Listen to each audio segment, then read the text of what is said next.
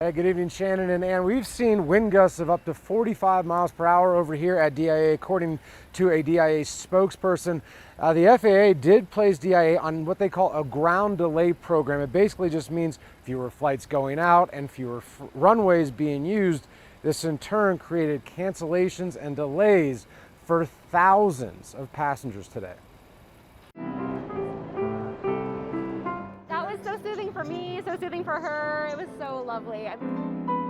After a chaotic day of traveling with her 9-month-old daughter, Caitlin Addlesperger needed a few minutes to decompress with some holiday cheer.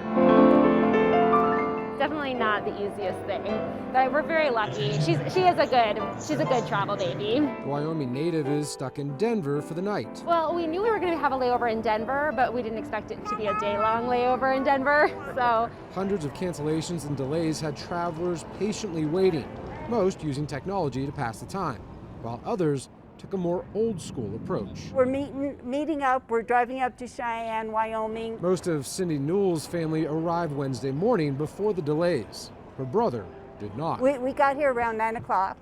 My brother was supposed to get here at around 9:30. Once we got off the plane, I got a text from him saying that he would be 2 hours late. 2 hours turned into 3.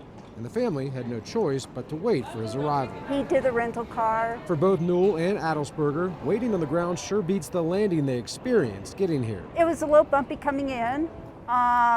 It got a little exciting when we went through a sandstorm. it was wild. Yes, it was really, our pilot went really low and then had to scoot back up really high. So it was very, very windy, lots of turbulence.